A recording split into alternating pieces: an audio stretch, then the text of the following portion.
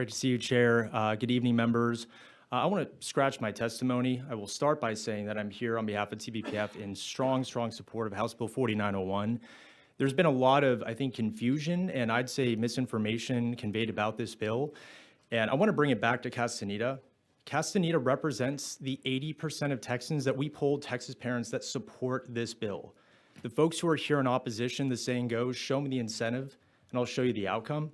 Their incentive is to represent these very technology companies that are addicting our children, robbing them of their innocence, their ability to become adults that have a soul.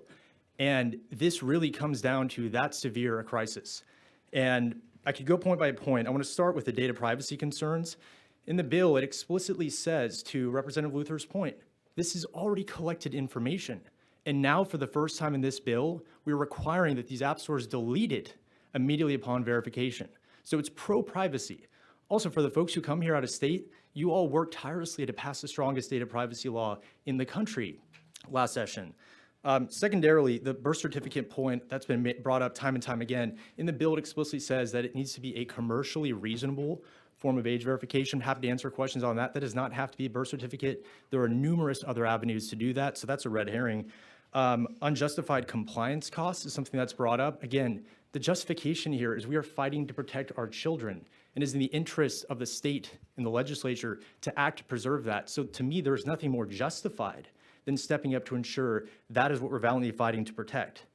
One of the other comments that was brought up is the educational questions. Representative Meza, to your earlier questions about redeveloping apps, nothing in this bill requires redevelopment.